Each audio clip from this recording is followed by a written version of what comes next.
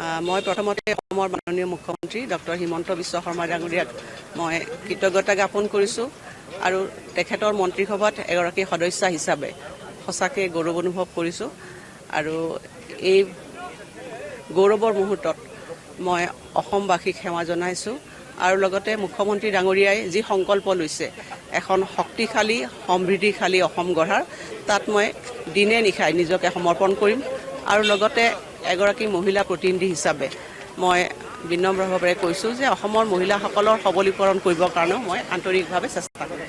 আচলতে প্ৰধানমন্ত্ৰী নৰেন্দ্ৰ মোদী ডাঙৰীয়াৰ নেতৃত্বত কেন্দ্ৰীয় চৰকাৰখনৰ যি সদিচ্ছা তাৰ কাৰণে এটা বিৰল মুহূৰ্ত আজি সৃষ্টি হৈছে। সদৌ অসমবাসীৰ লগতে ৰাষ্ট্ৰই দেখিছে যে অসমৰ নিচিনা এখন ৰাজ্যক আগবঢ়াই লৈ যাবৰ কাৰণে আজি গোটেই নেতৃবৃন্দ আদি আশীৰ্বাদ দিবলৈ আহিছে।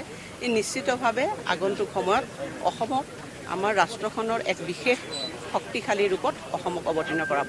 দায়িত্ব বাঢ়িল যথেষ্ট। হয়, মই পুনৰবাৰ বিনম্ৰভাৱে কৈছোঁ যে মই যিমান পাৰোঁ অসমবাসীৰ কাৰণে মই কাম কৰিবৰ কাৰণে চেষ্টা কৰিম।